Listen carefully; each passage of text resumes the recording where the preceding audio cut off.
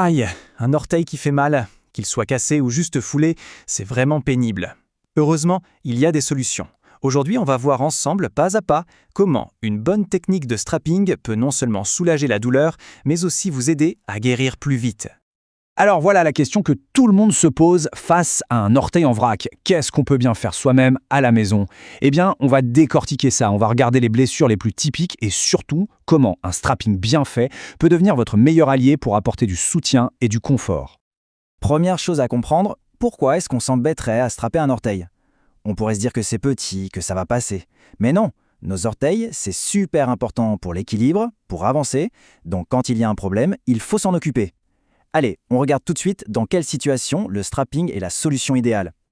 Commençons par le classique, le plus redouté, la fracture. Là, c'est l'os qui casse tout simplement.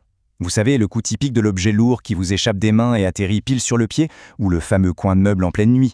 La douleur est fulgurante, ça gonfle, ça devient bleu, pas de doute possible. Attention à ne pas confondre avec la fracture, il y a l'entorse. La grande différence, ici ce n'est pas l'os qui est touché, ce sont les ligaments, ces sortes d'élastiques qui tiennent l'articulation. C'est la blessure typique du sportif, un faux mouvement, une hyperextension. La douleur est là, bien sûr, ça gonfle, mais le mécanisme n'est pas le même. Et puis, il y a un cas un peu différent, l'hallux valgus. On connaît mieux sous le nom d'oignon. Là, ce n'est pas une blessure soudaine, mais une déformation qui s'installe petit à petit. Le gros orteil commence à dévier, ça peut être de famille, ça touche plus souvent les femmes. Et petit conseil au passage, les chaussures trop pointues ou les talons hauts, ça n'aide vraiment, mais alors vraiment pas. Ok, maintenant qu'on a bien cerné les problèmes, il est temps de passer à l'action. Et pour ça, pas de secret, il faut être bien équipé. Alors qu'est-ce qu'on doit avoir sous la main pour faire un strapping dans les règles de l'art ?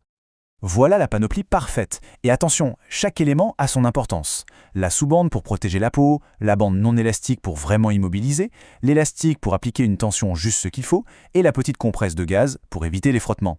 Croyez-moi, avoir le bon matos, ça change tout. Allez, c'est le moment que tout le monde attend, on passe à la pratique.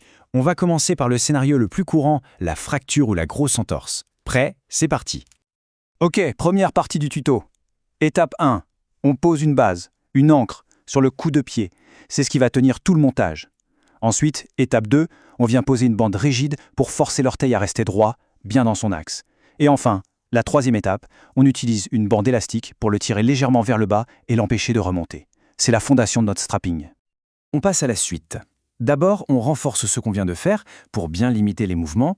Et maintenant, l'astuce géniale, ce qu'on appelle le body taping. L'idée est toute simple, on va scotcher l'orteil blessé avec son voisin valide. L'orteil sain va servir d'attelle naturelle. C'est super malin et ça marche du tonnerre.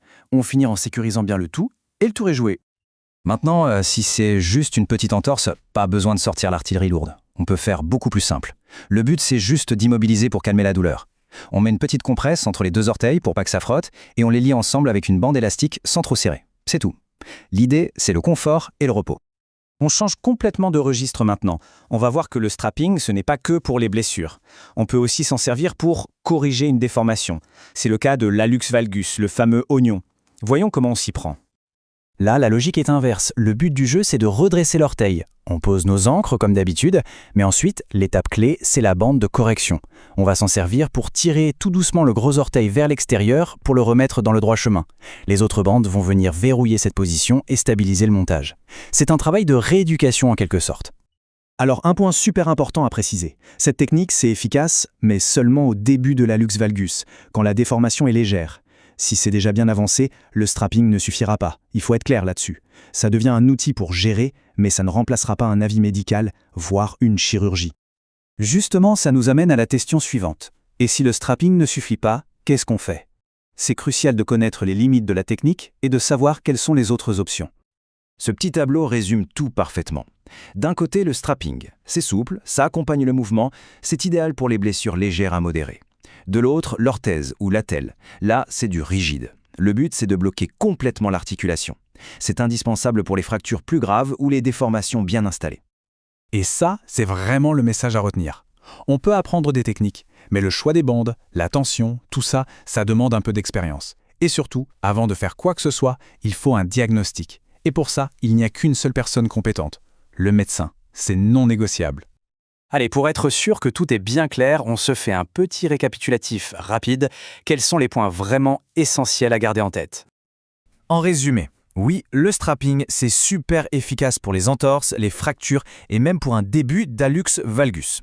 Le but, c'est toujours le même, immobiliser, soutenir, soulager la douleur pour aider à guérir. Mais pour que ça marche, il faut la bonne technique et le bon matériel. Si c'est grave, il y a d'autres solutions comme les orthèses. Et le plus important, la règle d'or, en cas de doute, on consulte un pro de la santé. Et voilà, normalement, le strapping d'orteil n'a plus de secret pour personne. Et si jamais la question se pose de savoir où trouver tout ce matériel de qualité, eh bien, des bandes aux compresses en passant par tout le nécessaire, tout se trouve sur medisafe.fr. Comme ça, tout le monde est paré pour agir vite et bien en cas de petits bobos. Merci d'avoir suivi ce guide et prenez soin de vos pieds.